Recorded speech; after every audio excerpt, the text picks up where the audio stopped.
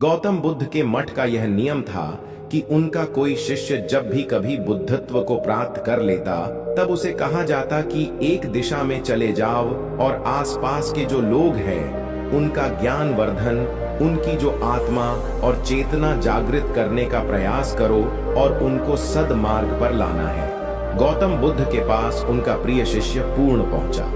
बुद्ध ध्यानावस्था में बैठे थे।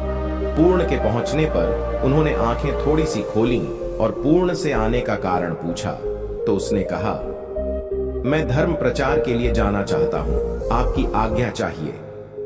बुद्ध मुस्कुराए और कहा, पूर्ण, धर्म की राह बहुत मुश्किल है।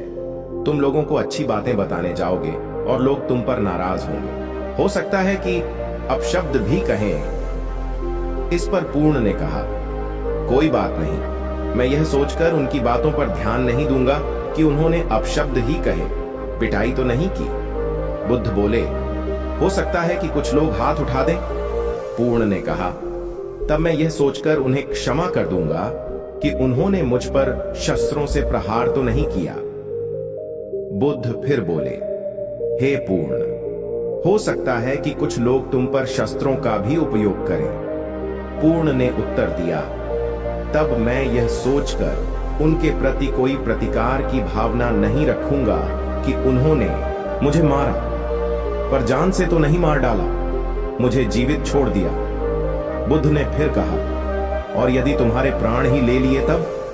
पूर्ण ने तत्क्षण सिर झुकाकर कहा, तब मैं उनका आभारी रहूंगा कि उन्होंने धर्म के मार्ग पर मेरे प्राणों का उत्सर्ग करने में मेरी सहायता की। मैं उनके प्रति कृतज्ञ रहूंगा। तब बुद्ध ने आंखें खोलीं और आशीर्वाद देकर अनुमति दी तथा पूर्ण से कहा, अब तुम धर्म प्रचार करने के पात्र हो।